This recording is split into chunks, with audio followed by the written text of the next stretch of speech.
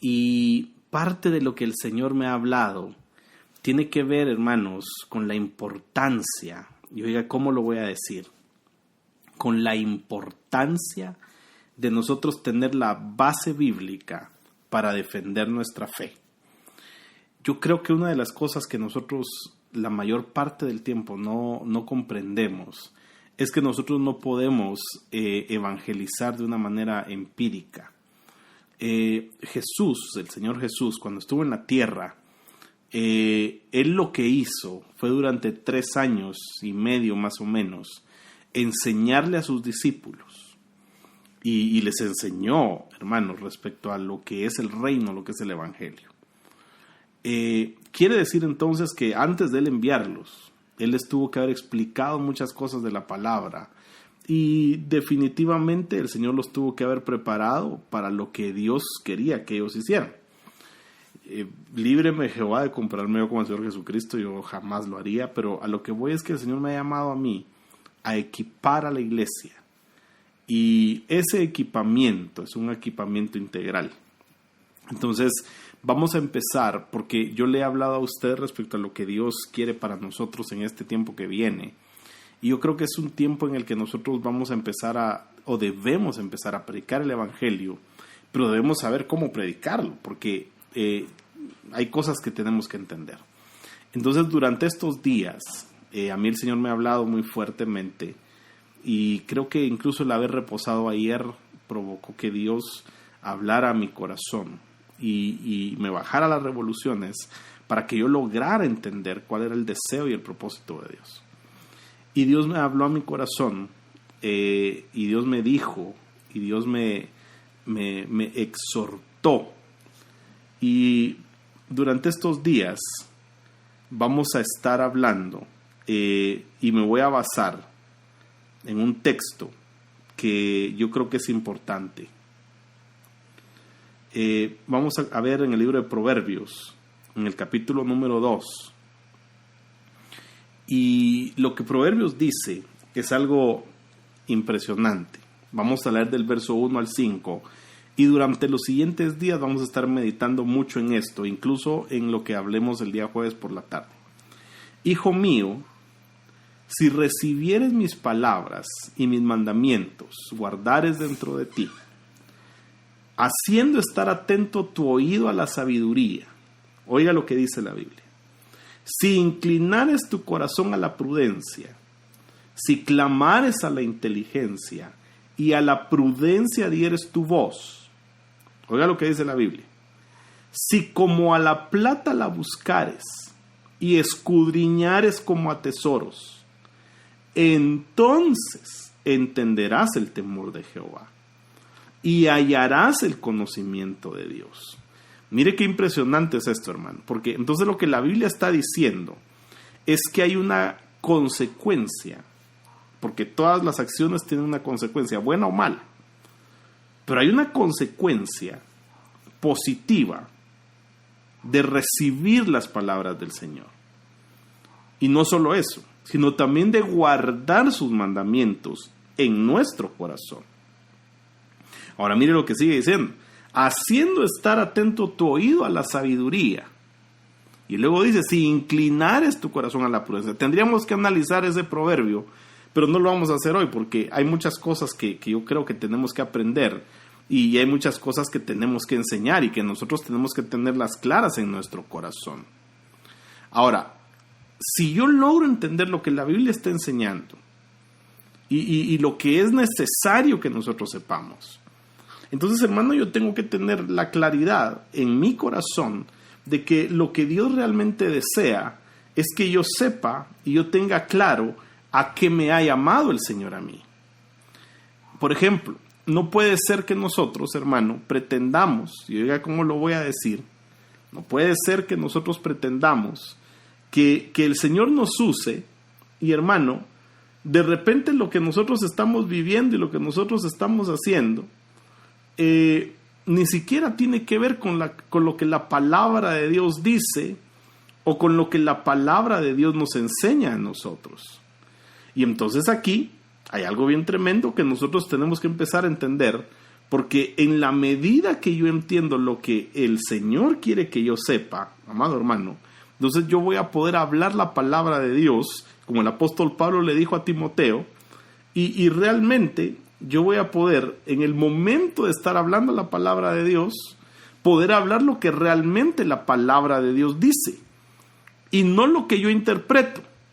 O sea, aquí podría venir y decirle yo a usted, ¿verdad? La pregunta que casi siempre le he hecho yo a usted. Amado hermano, ¿qué es la vida eterna? ¿Verdad?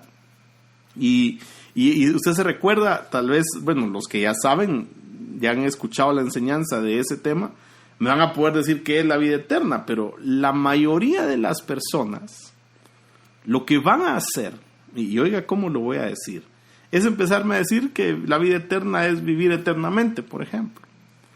Cuando verdaderamente lo que nosotros tenemos que entender es que nosotros tenemos que saber y que conocer que Dios nos está llamando a que nosotros hablemos la palabra, pero tal cual la palabra es. O sea, yo tengo que saber, yo tengo que conocer lo que la palabra de Dios me está enseñando a mí. Le quiero hacer una pregunta, vamos a conversar un poco, porque por eso estos temas el Señor me puso a ponerles por título equipamiento ministerial. Porque realmente lo que la Biblia enseña es que en Efesios capítulo 4 dice que nosotros lo que tenemos que hacer como ministros es equipar a la iglesia para la obra del ministerio. Ahora, yo le voy a hacer a usted una pregunta. Y tal vez usted la responde ahí en el chat si usted está ahí en su máquina. Pero yo quiero que nosotros analicemos y que veamos cómo es que la mayor parte del tiempo, hermano, nosotros respondemos las preguntas sin tener una base bíblica. Entonces, le voy a hacer una pregunta. A ver, ¿en dónde está el Padre Nuestro en la Biblia? Y voy a esperar a ver si alguien quiere contestarme. ¿En dónde está el Padre Nuestro en la Biblia? A ver. Yo tengo que entender esto porque tengo que saber lo que la Biblia enseña. Y tengo que estar claro en lo que la palabra de Dios dice, porque debido a la ignorancia, mucha gente, si me escuchan, hermano, me levantan su manita ahí, porque siento que no me escuchan, ¿o sí? Ok, sí escuchan, Mateo 6:9.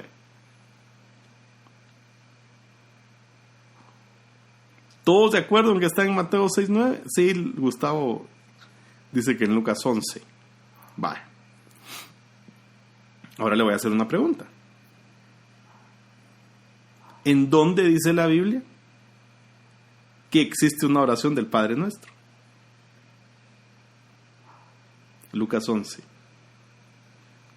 O sea, cuando usted se va a leer la Biblia, realmente la Biblia no habla acerca del Padre Nuestro.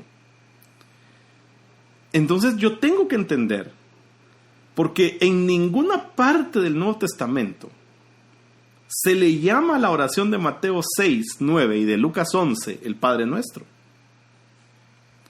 Y mire qué impresionante es esto. Porque entonces lo que sucede es que nosotros empezamos a tomar cierta interpretación y la empezamos a dar por sentada y la empezamos a enseñar como una verdad. Cuando realmente, cuando yo empiezo a leer la Biblia, en ningún momento, oiga lo que dice Lucas 11. Ese es un contexto maravilloso, porque oiga lo que Lucas 11 dice. Jesús estaba orando en cierto lugar. Cuando terminó, uno de sus discípulos se le acercó y le dijo: Señor, enséñanos a orar, así como Juan le enseñó a sus discípulos. Y Jesús dijo: deben orar la siguiente manera: Padre, que siempre sea santificado tu nombre. Entonces, cuando yo empiezo a ver lo que la Biblia dice, yo tengo que entender, porque se le ha dado títulos a esta oración, hermano, pero quizás basados en las palabras que Jesús introduce cuando le dice: vosotros pues oraréis así. Eso lo dice en Mateo 6. Pero en Lucas 11 dice, cuando oréis, decid.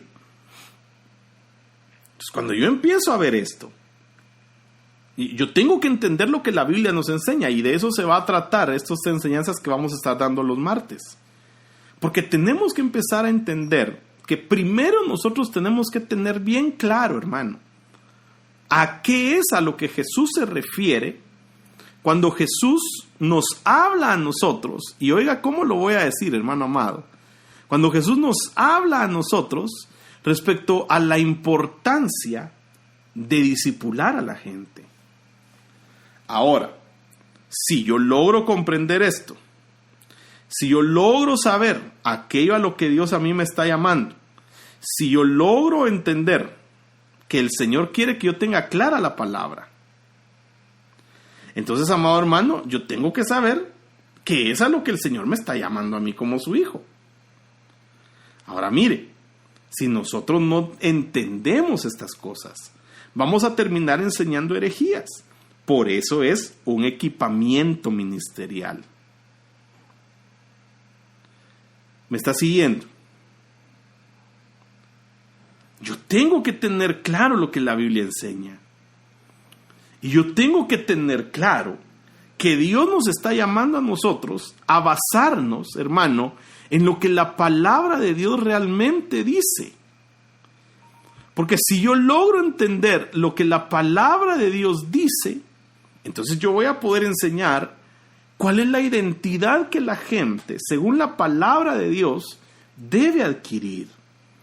Ahora mire, cosas que yo consideraría que llegan a ser muy básicas. Por ejemplo, la oración que está en Mateo 6. Correcto. O sea, yo tengo que leer la Biblia. No entendí el tema de saber a qué me llama. O sea, yo tengo que tener bien claro. Porque cuando usted lee esa oración tiene 3 partes. Tiene una invocación, tiene 6 peticiones y tiene una parte que es una doxología. Entonces, cuando yo empiezo a ver la Biblia, y eso tiene que ver, porque el tema de hoy es la importancia que tú tenés delante del Señor. Y esa importancia que tenés delante del Señor es algo que nosotros tenemos que tener bien claro para poderle decir a la gente, mire, usted necesita tener una relación con Jesús. Pero no una relación arbitraria, sino una relación que esté basada en la palabra de Dios. Pero si de entradita nosotros, y yo también lo he hecho, y es parte de lo que Dios a mí me habló. Yo también he dicho, es que el Padre Nuestro, pero realmente la Biblia no refiere al Padre Nuestro. Lo que habla es acerca de la instrucción de Jesús. La instrucción que Jesús le da a sus discípulos de que deben empezar a llamar a Dios Padre. Pero mire, por lo que dice mi hermana Janet, tenemos que aprender cómo leer y cómo sobreinterpretar la Biblia. Pero yo en mi caso, ¿verdad?, convoco a que la gente se anote para aprender a estudiar la palabra de Dios y no hay respuesta porque la gente no quiere aprender o tal vez no tienen el tiempo. Pero es importante que nosotros sepamos esto. Porque yo tengo que entender algo. Y lo que tengo que entender es que yo no debo, amado hermano, no debo torcer la verdad bíblica. Entonces, si usted lee en el Antiguo Testamento, era común que la gente dirigiera su oración a Dios, solo a Dios. Pero cuando viene Jesús, da una instrucción y les dice, ustedes me deben llamar Padre. Entonces, mire qué tremendo. Si examinamos la palabra que Jesús utiliza al referirse como Padre, es una palabra que habla de mucha intimidad. Lo que se decía antes, mire qué tremendo, es que la palabra Abba, que es Padre, era la forma usual en que un niño pequeño se dirigía a su papá. O sea, habla de una relación cercana. Ese es el problema de muchos cristianos, que no logramos tener una relación cercana con Dios porque no lo podemos llamar Padre. Ahora, esperen un rato porque solo estoy poniendo la introducción de lo que le quiero hablar.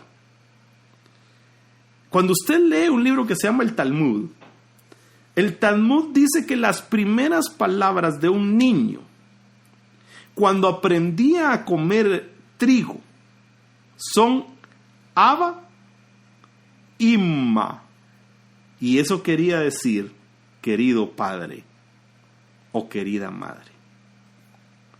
Por eso es que los niños lo primero que empiezan a decir es papá.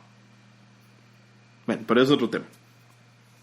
Entonces, la palabra Abba era usada en la intimidad familiar. Y lo que Jesús estaba diciéndoles a los discípulos era, si ustedes quieren aprender a orar, ustedes tienen que aprender a tener intimidad con su Padre. No a tratarlo lejano, sino a entender que Él los ha llamado a tener una relación cercana, una relación familiar. Mire qué impresionante es esto. Entonces, dentro del contexto del Evangelio, dentro del contexto de lo que Jesús les enseña a ellos, primero tienen que entender, el Evangelio son buenas noticias. Y cuando ustedes hablen con Dios, deben acortar la distancia teniendo una relación íntima con Él, teniendo una relación cercana con Él. Es decir, empezándole a decir Abba. Entonces, mire qué impresionante es esto, pues. Ahora, me está siguiendo, ¿verdad? Y ahorita voy a entrar al tema que tenemos que hablar esta noche. Porque aquí nosotros tenemos que entender que es a lo que Dios nos está llamando a nosotros. Y entonces va a cambiar nuestra relación con Dios, porque nos vamos a sentir íntimos. Entonces, esta oración de Mateo empieza con 3 peticiones, pero Lucas empieza con 2. Y tienen un significado muy similar. Santificar el nombre de Dios, pedir que venga su reino y que se haga su voluntad. Eso quiere decir que nosotros como iglesia debiésemos basar nuestras peticiones circunscritas a esas 3 cosas.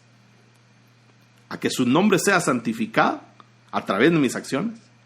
Porque la Biblia dice que a través de mis acciones la gente debe glorificar al Padre.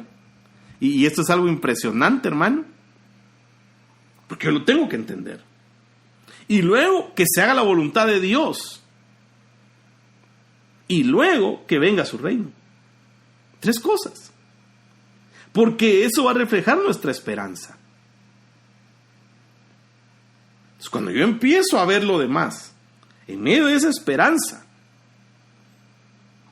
Jesús les empieza a enseñar. Ahora, les dice Jesús, ahora miren, entiendan lo siguiente, les dice Jesús. Pidan la porción para cada día. O sea, Jesús les está diciendo, pidan la porción de cada día, lo suficiente para cada día. Lo de cada día.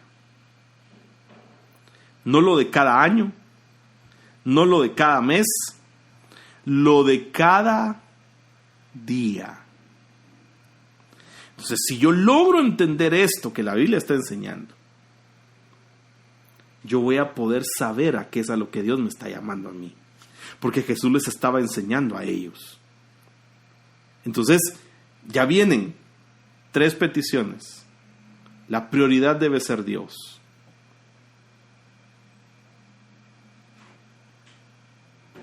Ahora, mire qué impresionante. El pan de cada día.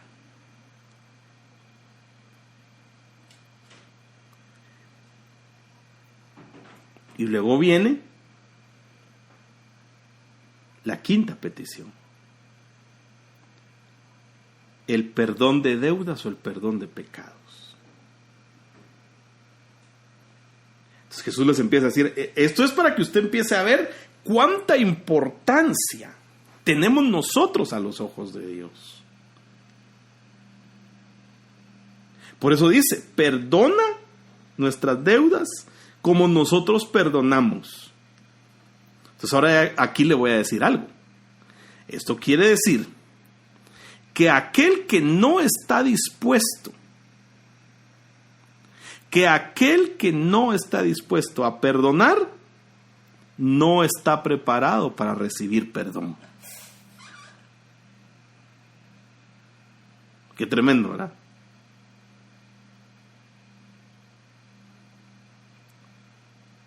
Y luego viene una última petición. Este es un mensaje así express sobre la oración de Mateo 6.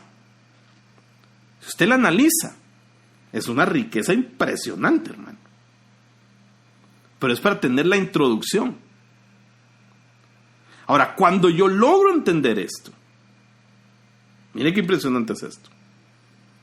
Después él viene y dice, y no nos dejes caer en tentación. Y esto es bien complicado de expresar.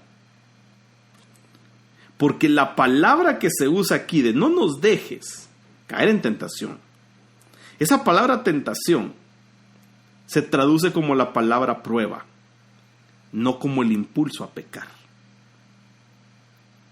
Mire qué impresionante es esto. O sea, yo voy a ser probado. No me dejes caer en la prueba.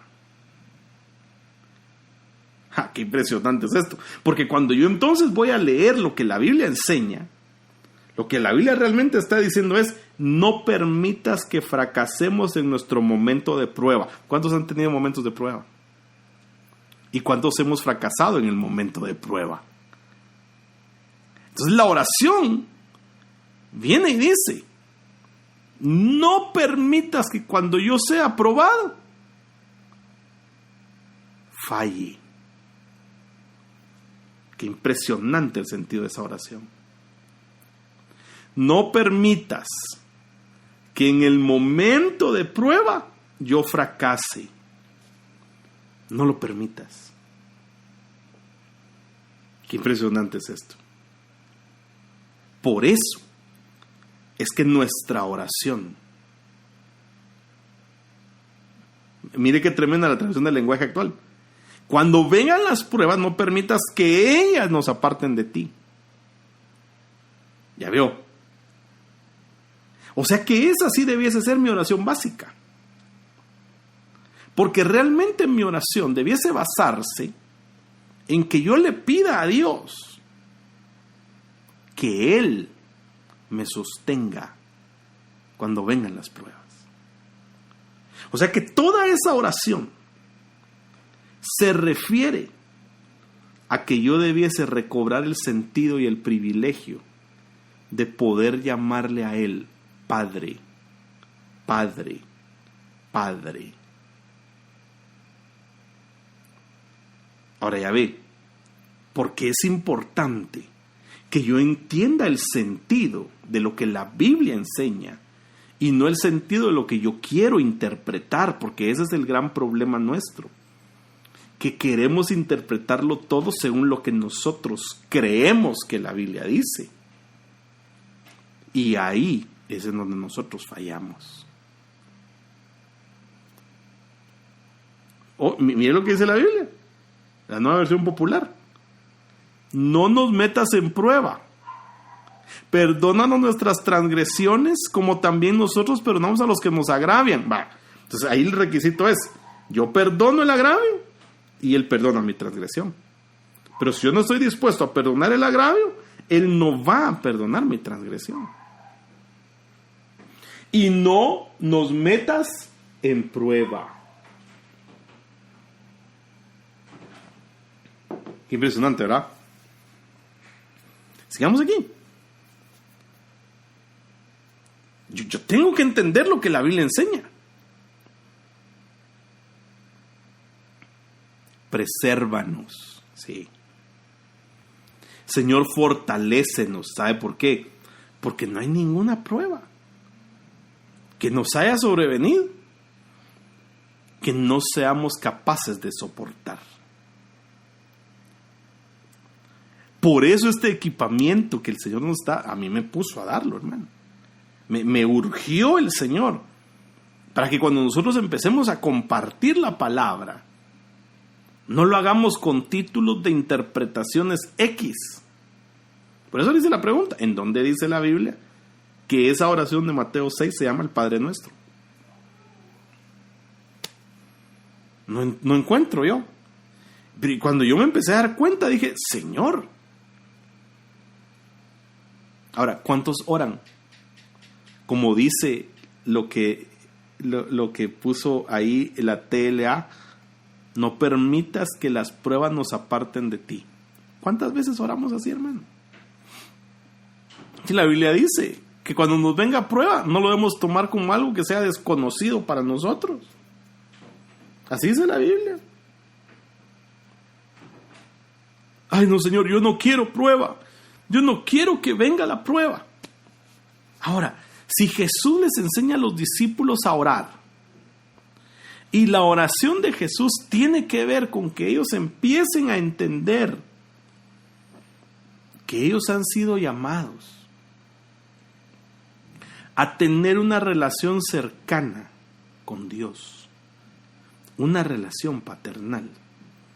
Eso quiere decir que nosotros le importamos a Dios. Entonces, hay 4 cosas que vamos a desarrollarlas en el transcurso de este estudio.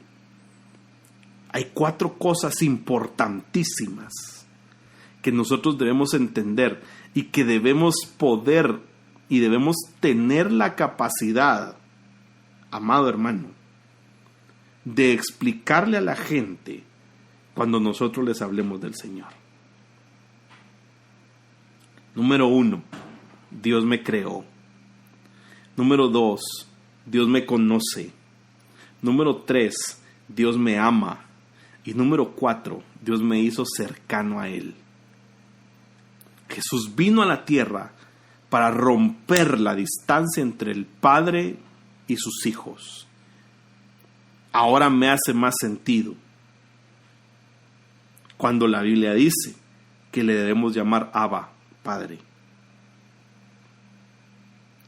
¿Por qué? Porque Dios al crearnos,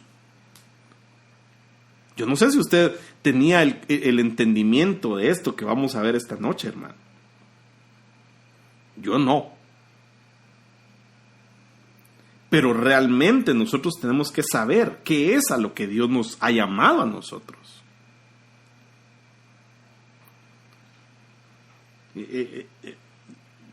Impresionante esto. Porque entonces yo tengo que tener claro que en el momento en el que Dios me crea a mí, ahora le voy a hacer una pregunta. Y por favor quiero que pensemos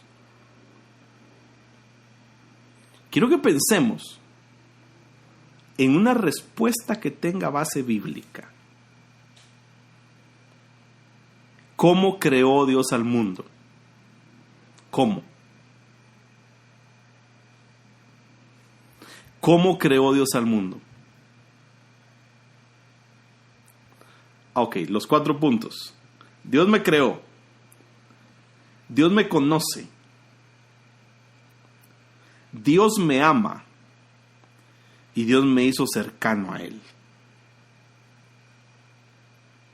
Yo tengo que tener esto claro. Esa es la base del Evangelio.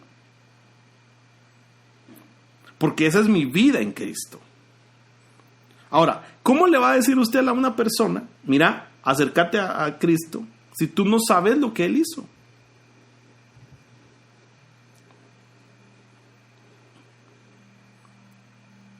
Yes, ahora tenemos a nuestra escribiente. Gracias, Pau. Mire qué impresionante es esto.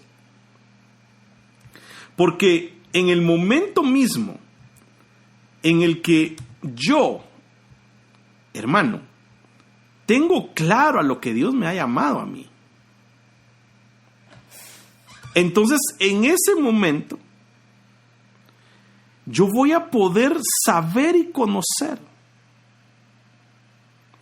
a qué es a lo que Dios me ha llamado a mí. Y yo realmente espero con todo mi corazón que nosotros tengamos claro qué es lo que Dios espera de nosotros. Entonces ahora le pregunto, ¿cómo creó Dios el mundo?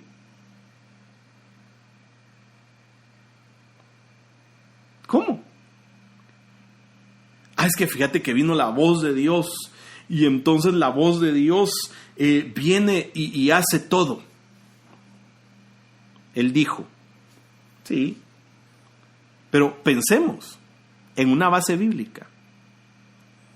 Porque lo que el Señor me inquietó es a que empecemos a analizar lo que la Biblia dice respecto a todas las cosas. Así que yo espero, amado hermano, que usted esté tomando ahí notas o esté subrayando su Biblia o no sé. Porque creo yo que Dios nos está equipando para algo. Él dijo, dice Malen. ¿Usted qué piensa? Mire qué impresionante es esto.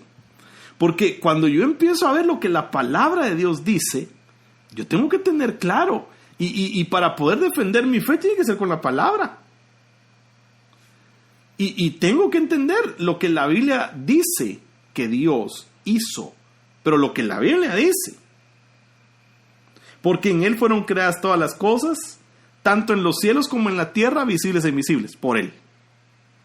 Pero oiga qué impresionante lo que dice Hebreos capítulo 11, verso 3.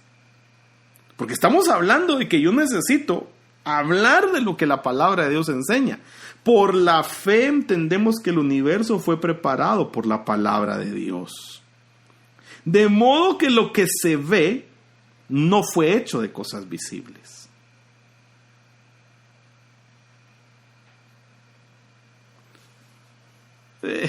Sí, pero eso lo vamos a ver el jueves. Ahora, mire, yo tengo que entender esto.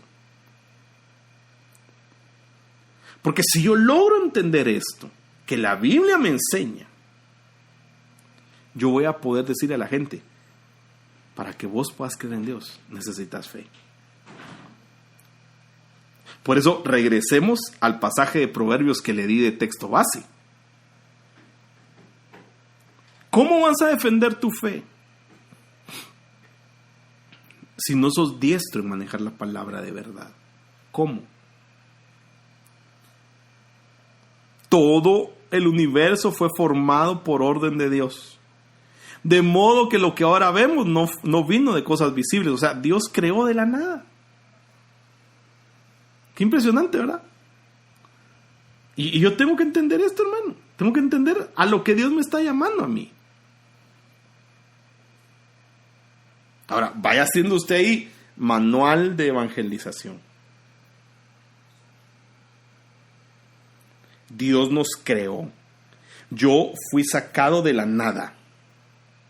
Y al ser yo sacado de la nada, yo tengo la obligación de responderle a Dios. ¿Cómo le respondo a Dios? ¿Cómo, siendo yo creado, debo responderle a Dios? ¿Cuál es la forma en la que yo tengo que responder a ese Dios que me creó a mí de la nada? De la nada, hermano, porque Él me creó a mí de la nada. Dios mío. Él me creó de la nada. ¿Cómo respondes tú? Yo tengo que tener claro esto. Sí, Isaías 42:5. Él lo creó todo. Él extendió la tierra. Él hizo todo. Él le dio aliento a la gente. Y le dio espíritu. O sea que la gente que no anda en Dios, no anda en nada. ¿Me está siguiendo, amado hermano?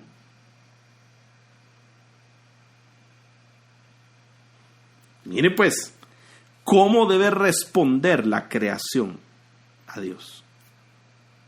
Estamos hablando de que todo debe ser con un texto bíblico. Porque a partir de ahora, nosotros tenemos que respaldar todo con un texto bíblico. Tenemos que enseñar lo que la Biblia dice. Ser escriturales. Si yo logro entender esto, Apocalipsis 4:11, digno eres, Señor y Dios nuestro, de recibir la gloria y el honor y el poder, porque tú creaste todas las cosas y por tu voluntad existen y fueron creadas.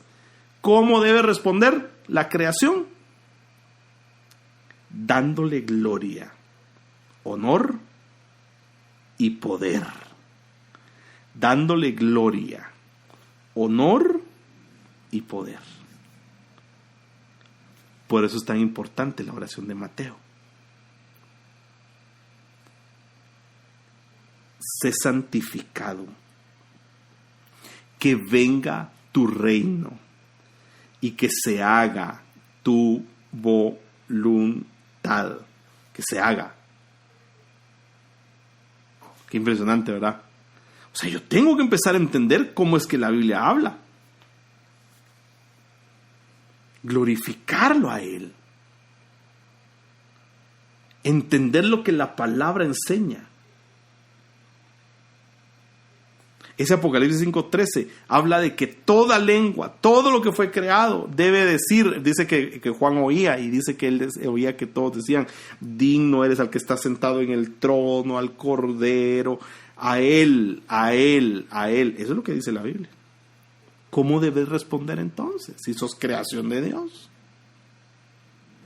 Glorificándolo a Él. Está conmigo. Ahora, le voy a hacer una pregunta.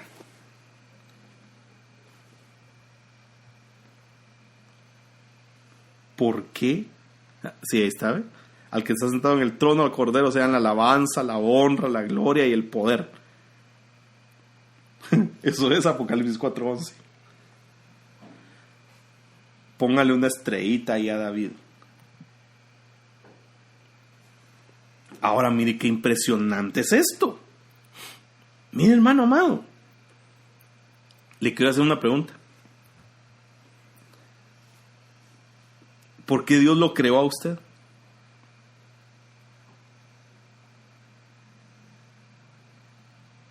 ¿Por qué?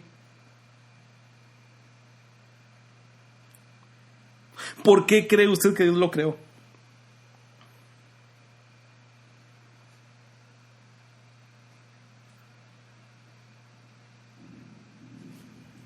Está aquí, ¿no? Porque Dios nos creó. Ay, hermano, yo no sé para qué me creó. Para exaltarlo, para glorificarlo y para la manifestación de su gloria y su poder. Sí. Ahora dame un versículo.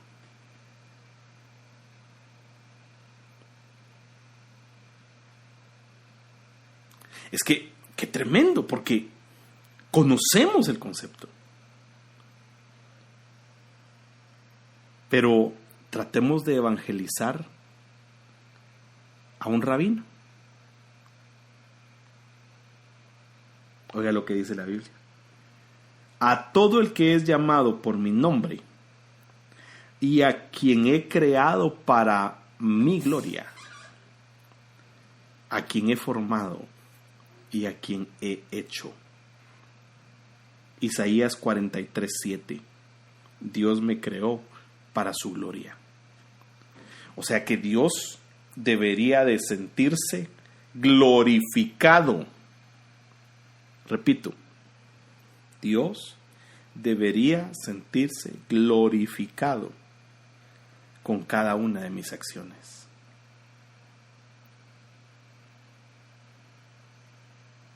¿Para qué me creó Dios entonces? ¿Por qué me creó? Porque Él quería ser glorificado por mí.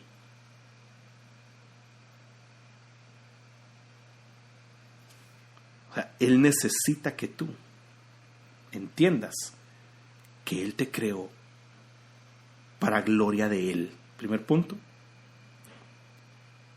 me creó.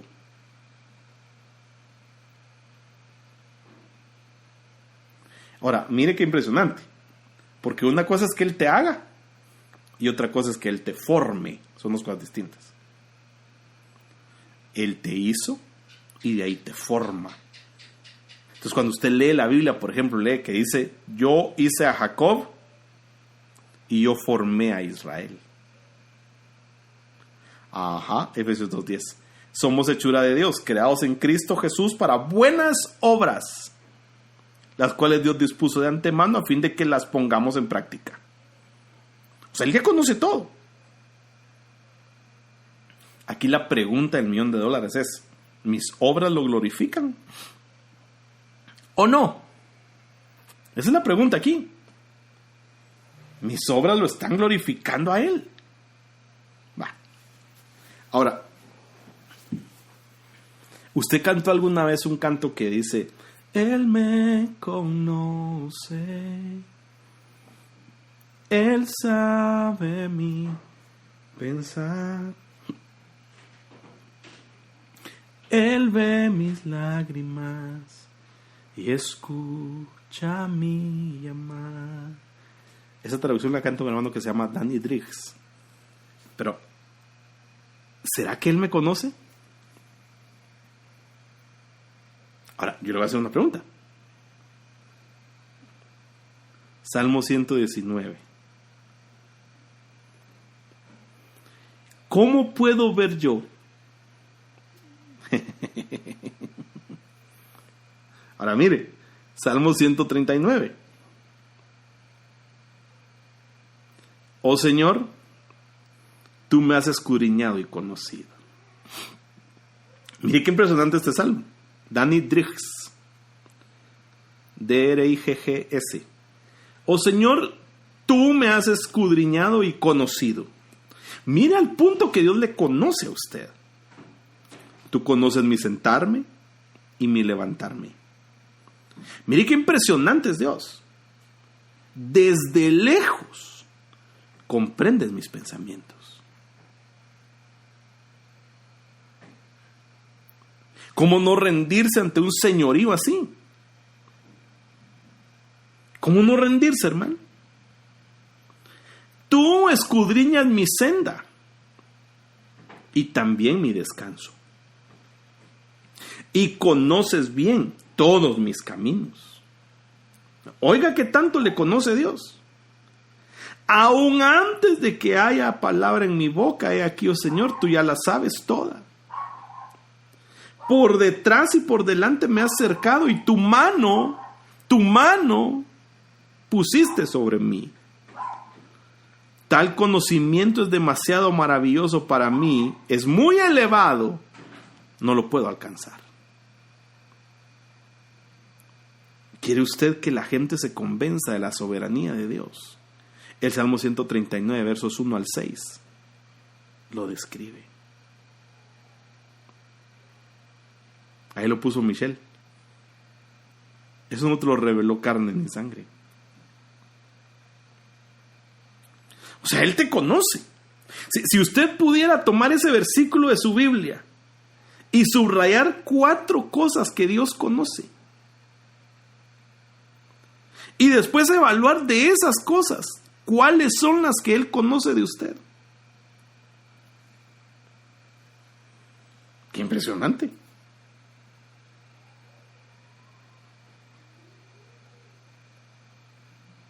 Ahora mire la respuesta de David al saber que Dios lo conoce. Porque hay algo que David hace.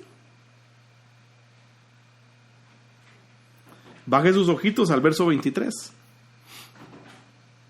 Escudriñame, oh Dios, y conoce mi corazón. Pruébame y conoce mis inquietudes. Qué impresionante, hermano. Yo ante un Dios así, como no rendirme. Y ve si hay en mí camino malo y guíame en el camino eterno.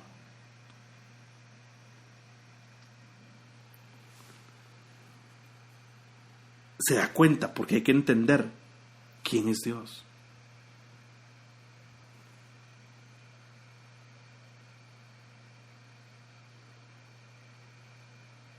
¿Te conoce Dios? ¿Qué tanto te conoce?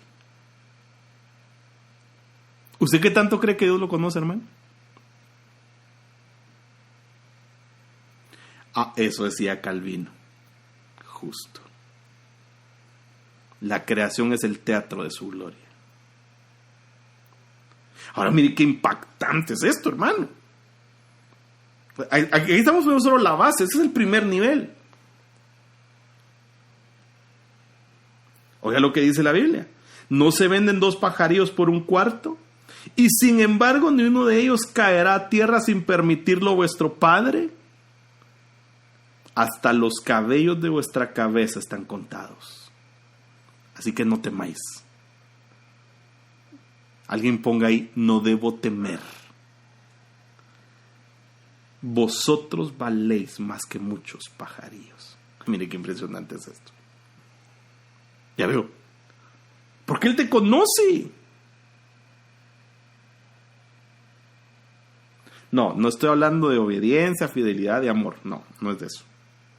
Estoy hablando de que Él conoce mi pensar, mi levantar, mi actuar. Él me conoce. Él sabe cuántos cabellos tengo. Por eso no debemos temer.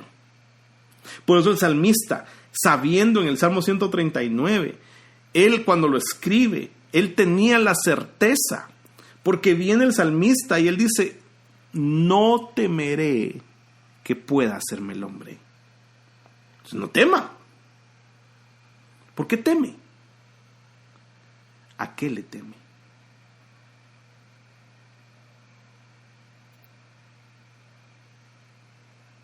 No temáis, vosotros valéis más que muchos pajarillos. De aquí del verso 29, tergiversan aquello de que no se cae la hoja del árbol, sino la voluntad de Dios. Y eso la Biblia no lo dice. Ahí dice que los pajarillos no caen a tierra sin que nuestro Padre lo permita. Los pájaros. Está conmigo, hermano. ¿Hasta qué punto me conoce Dios entonces? Él me creó. Él me conoce. Él me creó. Él me conoce.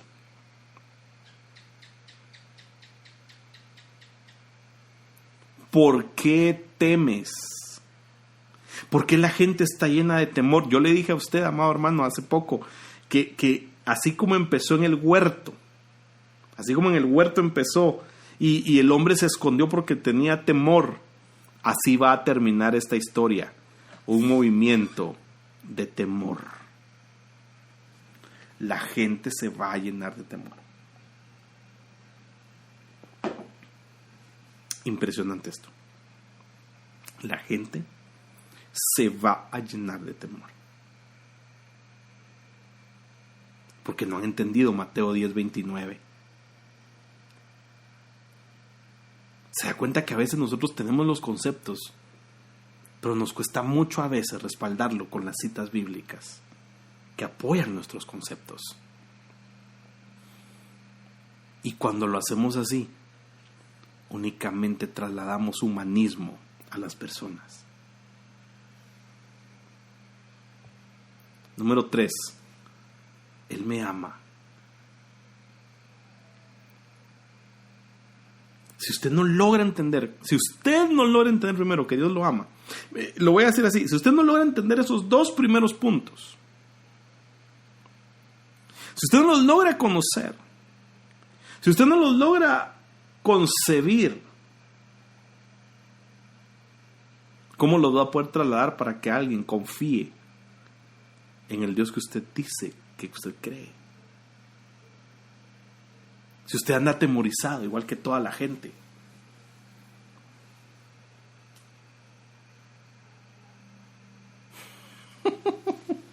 Pues David, te pasaron el chivo. Yo tengo que entender lo que la Biblia... eso sale. Tengo que entender lo que la Biblia dice.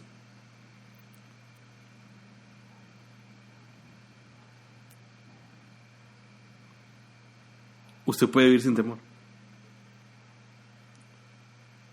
Hermano, ¿y cómo le voy a decir a la gente que viva sin temor en medio de todo lo que está sucediendo ahorita? Hermano, usted va a tener que empezar a predicar el evangelio del Señor. Y usted tiene que vivir sin temor. Claro, ¿verdad? Vivir sin temor no es sinónimo de ser irresponsable. Eso es distinto. Pero no tema. No tema. ¿Por qué teméis? Así que no temáis. Vosotros valéis más que muchos pajarillos. No temáis. No temáis. ¿Se da cuenta que nos llamó Dios?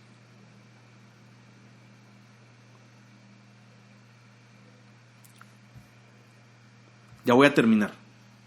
Y voy a dar tiempo a preguntas. Dios me ama. Oiga esto. Todos nos sabemos.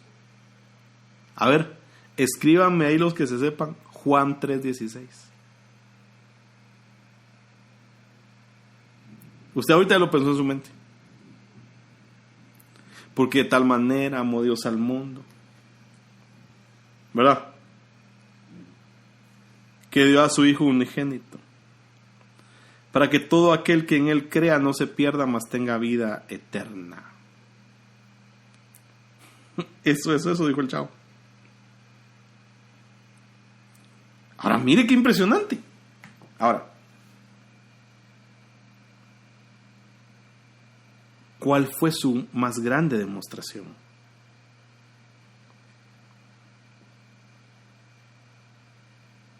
¿En qué consiste que Dios me amó?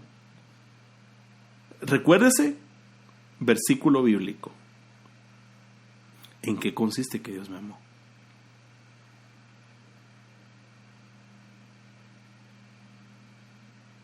¿En qué consiste que Él me amó?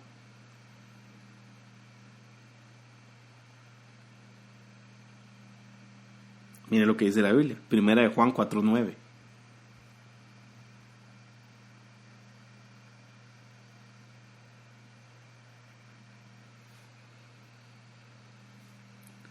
En esto se manifestó el amor de Dios en nosotros, en que Dios ha enviado a su Hijo unigénito al mundo para que vivamos por medio de Él.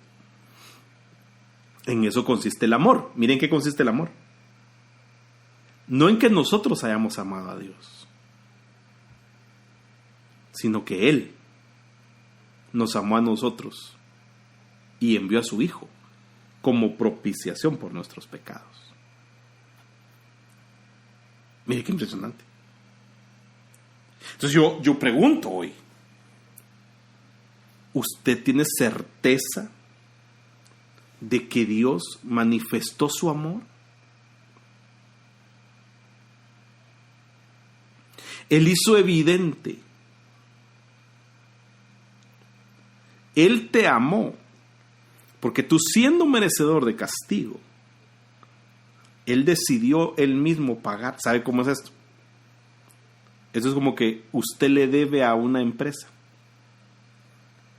Y la empresa no solo le perdona a usted la deuda, sino que la empresa se paga a ella misma. Y lógico. Pero eso hizo el Padre.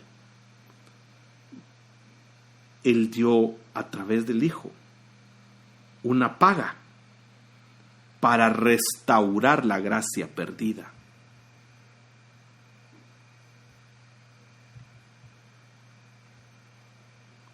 Mire qué impresionante es esto.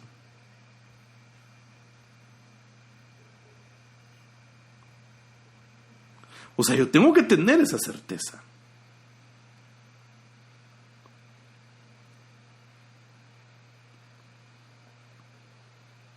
Así me amó Él. Y esa es la vida en Cristo. Entonces, mire, todo eso me va a dar identidad. ¿Me va a dar identidad?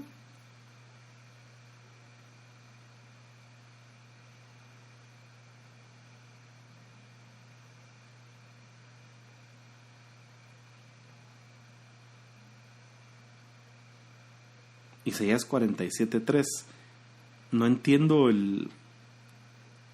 si me lo pones ahí, Arlene, porque no comprendo el contexto ahorita de que Él me amó. O viene atrasada la transmisión. Están conmigo, mis amados hermanos.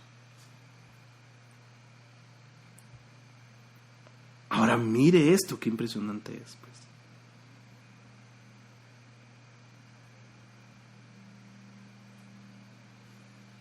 Esto es algo que yo tengo que entender.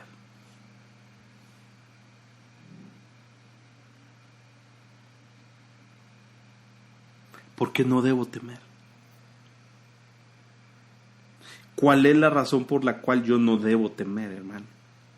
¿Cuál es? ¿Cuál es la razón? ¿Qué quiere Dios para mi vida? Porque uno solo le dice a la gente, mira, pues, ¿sabes qué es lo que pasa? Que Dios quiere algo para vos, pues.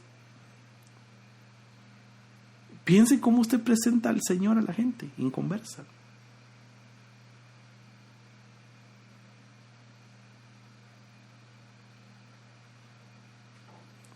Él tiene el control, sí.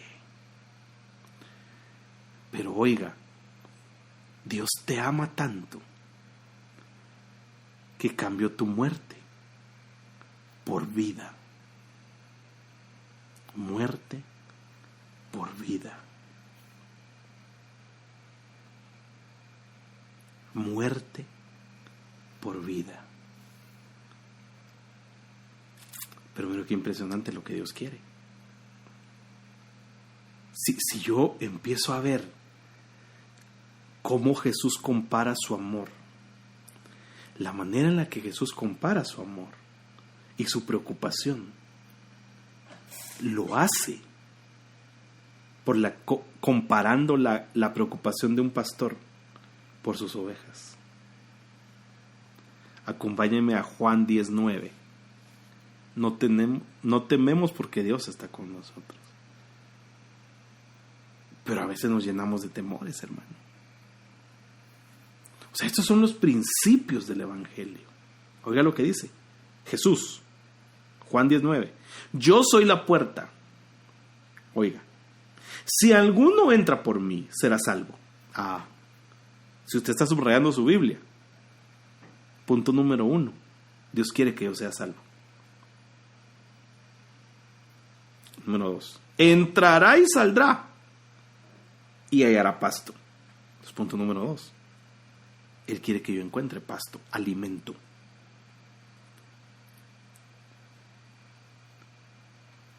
Verso 10.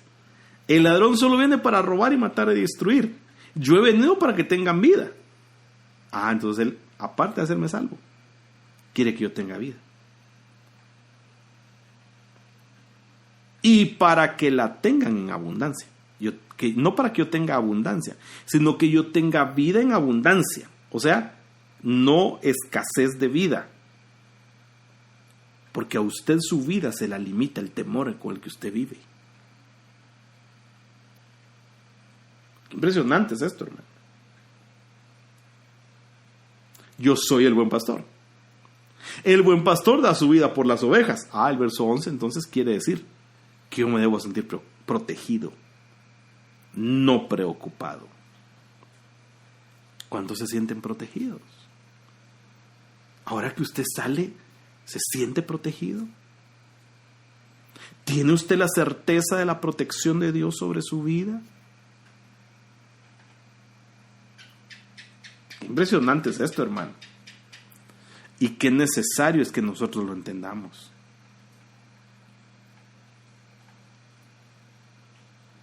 ¿Qué tengo que entender? ¿Qué tengo que saber? ¿Y qué tengo que conocer?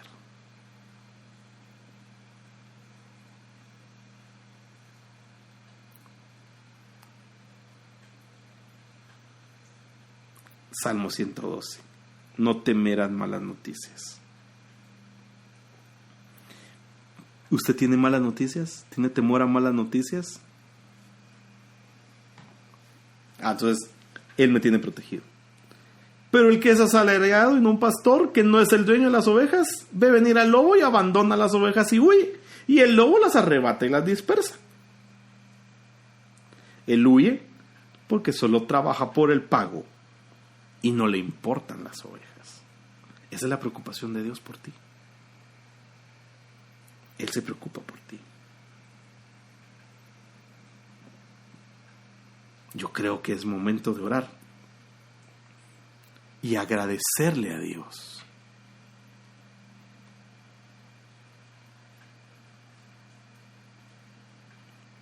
A ese verso, Isaías 26, en aquel día cantarán este cántico en tierra de Judá. Fuerte ciudad tenemos, salvación puso Dios por muros y antemuro. Usted se recuerda de un canto que decía, fuerte ciudad tenemos, muros de salvación. Está basado en ese, Isaías 26. Qué tremendo está este mensaje, hermano. Bueno, yo me estoy gozando. No sé si usted está aprendiendo. Si está aprendiendo, ponga ahí un amén, levante la mano, grite, haga algo. Pero tenemos que entender que tenemos que estar seguros. No podemos hablar de un Dios. No podemos hablar de un Dios en el que nosotros no confiamos.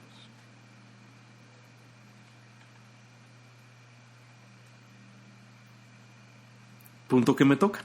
4. Me hizo cercano a Él. Me hizo su hijo. Hermano, nosotros necesitamos esta base del Evangelio para vivir.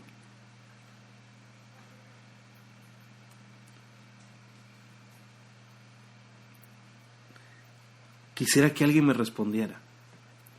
¿Somos todos hijos de Dios?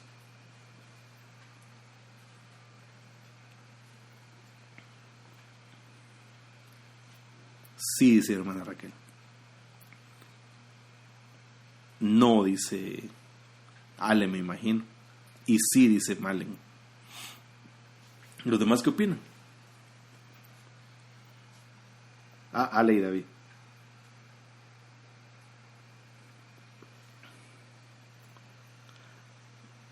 No, pero toda la gente es hija de Dios.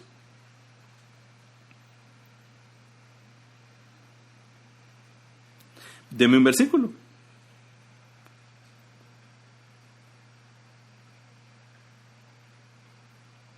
No todos son hijos de Dios.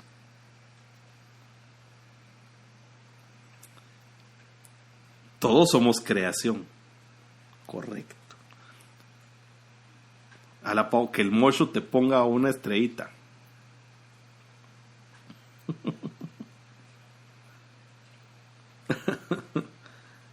Mateo 6:9. Vosotros pues orad de esta manera. ¿Quiénes? ¿A quiénes le estaba hablando Jesús? ¿A quiénes le estaba hablando Jesús? Vosotros pues orad de esta manera. A los discípulos, a los que habían creído en Jesús.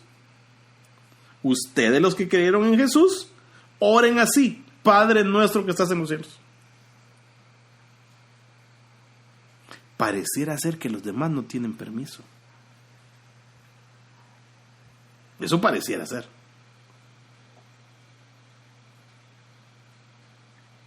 Ahora, oiga, con este verso, Juan 1:12. Pero a cuantos le recibieron y creyeron en ella, les concedió el llegar a ser hijos de Dios. O sea, no son hijos, van a llegar a ser. Ahora mire qué impresionante es esto, pues. Mire qué impresionante es esto, hermano. ¿Cómo identifico yo a un hijo de Dios?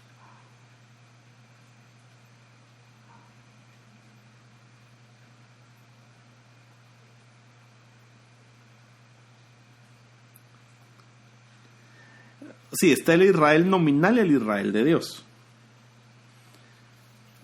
Pero ¿cómo le explicas a alguien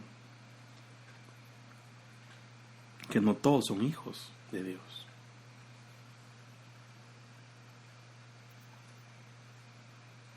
Mire qué impresionante es esto. Pero ¿qué dice Gálatas 4:5? Mire qué impresionante es esto. Ahí puso Anabela. Los que son guiados por el Espíritu de Dios son hijos de Dios. Ahora mire esto.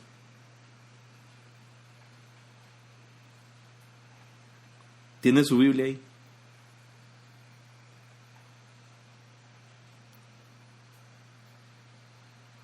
Oiga lo que dice la Biblia.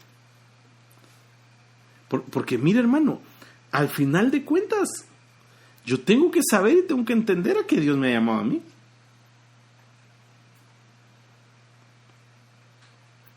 ¿Tiene su Biblia ahí? Ahorita vamos a ver un pasaje de la Biblia. Solo ese Gálatas habla acerca de nuestra adopción como hijos.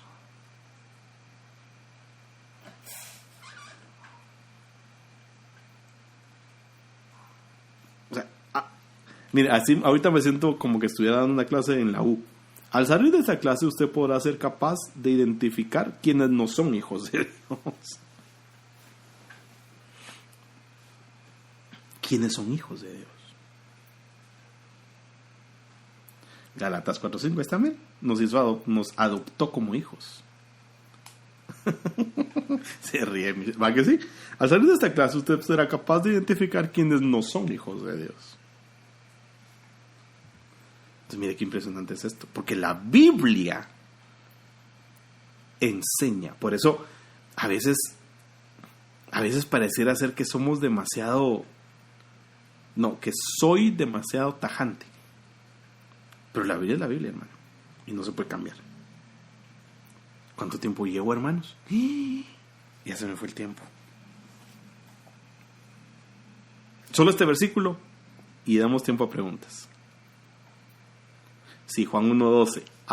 A todos los que le recibieron, a los que creen en su nombre, les dio la potestad de ser hechos hijos de Dios, los cuales no son engendrados de sangre, ni de voluntad de carne, ni de voluntad de varón, sino de Dios. Eso responde a lo que ponían David y Ale ahí, de que no todo Israel es Israel, pero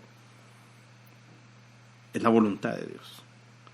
Pero ¿cómo sé si alguien es hijo de Dios? Vámonos a la Biblia. Porque aquí alguien me puede decir, ay, hermano, ¿usted qué cree que solo ese versículo? Por eso, haga el tiempo de estar el día jueves a las 5 de la tarde.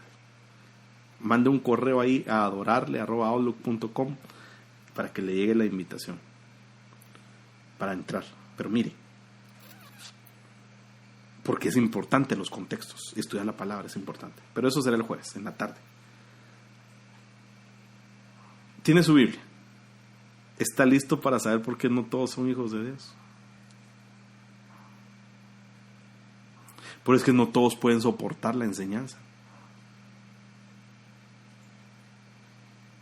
¿Cómo sé yo si alguien es hijo de Dios? ¿Cómo saberlo, hermano?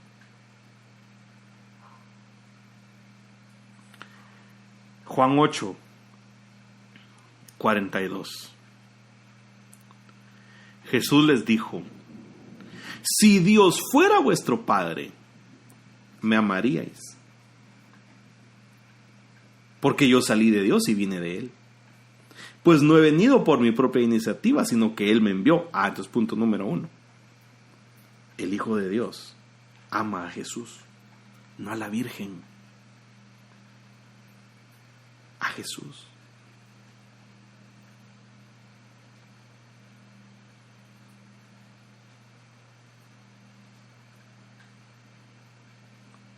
¿Por qué no entendéis lo que digo? Oiga, verso 43. Porque no podéis oír mi palabra.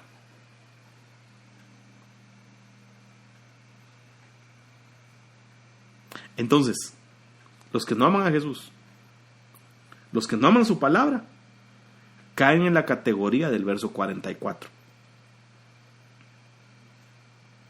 sois de vuestro padre el diablo. Y queréis hacer los deseos de vuestro padre. ¿Quién? El diablo. Él fue homicida desde el principio y no se ha mantenido en la verdad porque no hay verdad en él. Cuando habla mentira, habla de su propia naturaleza, porque es mentiroso y el padre de mentira.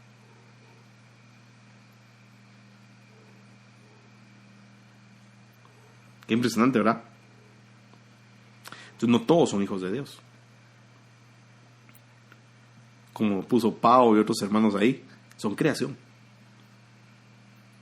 Pero solo el que ama a Jesús. Ajá. Todo espíritu que confiese que Jesucristo ha venido en carne es de Dios. Y todo espíritu que no confiesa que Jesucristo ha venido en carne no es de Dios. Y ese es el espíritu del anticristo. Qué tremendo, ¿verdad? Hermano, perdóneme. O sos hijo de Dios o sos hijo del diablo. Eso es número 1. Juan 8:42 leí. Si Dios fuera vuestro padre, me amaríais. Entonces, el que es hijo de Dios ama a Jesús. El que es hijo de Jesús ama la palabra. El que es hijo de Jesús no anda en la mentira.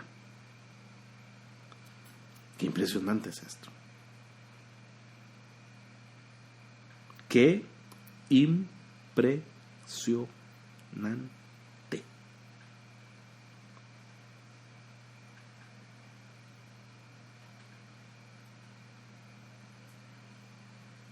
Ahí está, mire, 1 Juan 3:10.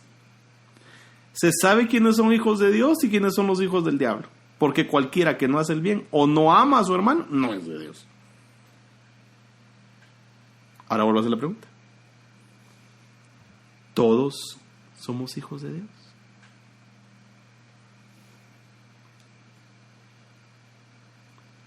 Ahí está. Qué impresionante es esto.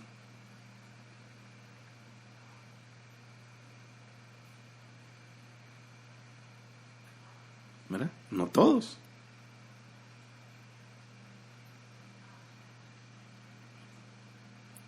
Ahora, mire lo que dice la Biblia, Romanos 8:15. Pues no habéis recibido un espíritu de esclavitud para volver otra vez al temor. ¿Otra vez? ¿Por qué usted está temeroso, pues? ¿Por qué está temeroso? Sino que habéis recibido un espíritu de adopción como hijos, por el que clamamos, Abba. El espíritu mismo da testimonio a nuestro espíritu de que somos hijos de Dios. Y si hijos, también herederos. Herederos de Dios y coherederos con Cristo. Si en verdad padecemos con Él, a fin de que también seamos glorificados con Él. Por eso, o sea, mire, perdóneme lo que le voy a decir ahora, pero como dicen mis hijas, ya quítese el Jesucito. Ay, es que le pido a Jesucito.